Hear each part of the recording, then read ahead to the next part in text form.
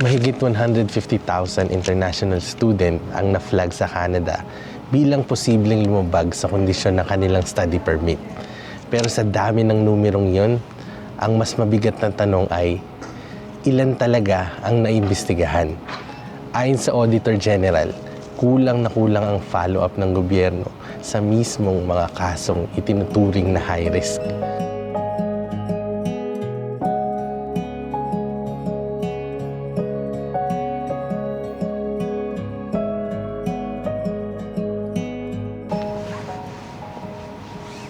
At dito mas nagiging seryoso ang usapan.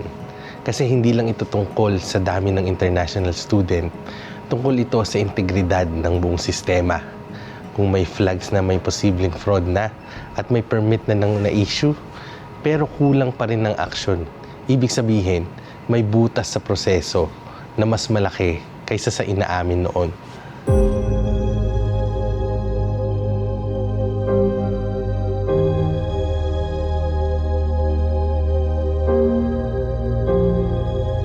Sa official audit, sinabi na tumaas ng 121% ang study permit applications mula 2019 hanggang 2023. So nagbigay ang federal government ng cap noong January 2024 para pababain ang growth ng international student program. Gumana ito sa isang banda, bumaba ang bilang ng mga bagong study permits, pero ayon sa audit, mas matindi ang bagsak kaysa sa inaasahan ng gobyerno. Noong 2024, mas bumaba ng kalahati ng forecasted number ng bagong study permits ang na-approve. Pagsapit ng 2025 September, mahigit 50,000 lang ang na-approve mula sa forecast na 255,360. Ang mas nakakagulat, sinabi ng audit na hindi alam ng department kung bakit mas mababa ang approval rates kaysa sa projection nila. Sa pagitan ng 2023 at 2024, higit 153,000 students ang na-identify bilang potentially non-compliant sa permit conditions nila. Pero ang pondo para sa investigations ay sapat lang para sa 2,000 cases bawat taon. Sa madaling salita, napakaraming na flag pero kokonti lang ang kayang habulin ng sistema.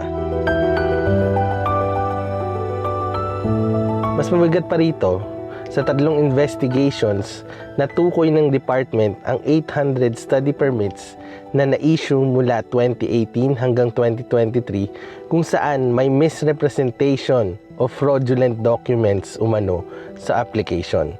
Pero hindi sila na-follow up pagkatapos.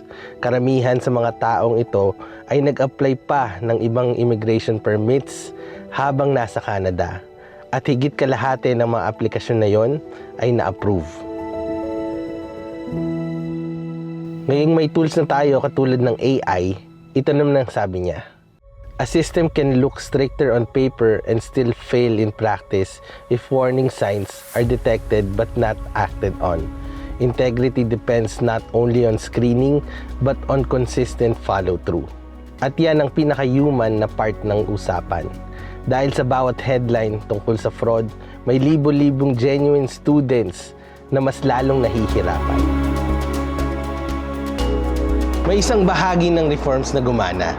Ayon sa Auditor General, ang bagong Letter of Acceptance Verification System ay naka-verify ng 97% ng higit sa 841,000 letters mula December 2023 hanggang September 2025. Ibig sabihin, may improvement sa front-end ng application process. Pero yun din ang nagpapalinaw sa problema. Kasi kung mas maayos na ang pag-check ng acceptance letters, pero mahina pa rin ang follow-up sa non-compliance at fraud cases, parang ang naglagay ng mas magandang lock sa pinto, pero iniwang bukas ang bintana. Ang issue ngayon ay hindi lang screening, enforcement din. At kapag kulang ang enforcement, nadadamay pati yung mga totoong estudyante na dumadaan sa tamang proseso.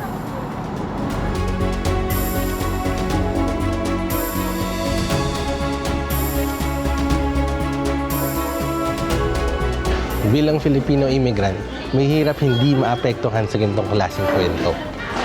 Alam natin ang Student International Pathway hindi bilang isang abstract policy, pero isang daan ng pamilya na gustong magbago ang buhay. Kaya sa huli, ito ay paalala na kapag ang gobyerno ay hindi naging maingat, sabay nasisira ang tiwala ng publiko at ang dangal ng mga lehitimong estudyante at sa isang bansang gaya ng Canada na matagal nang umaasa sa pangarap ng mga migrante. Hindi sapat na mahigpit lang sa papel. Kailangan maayos, patas, at may totoong pananagutan.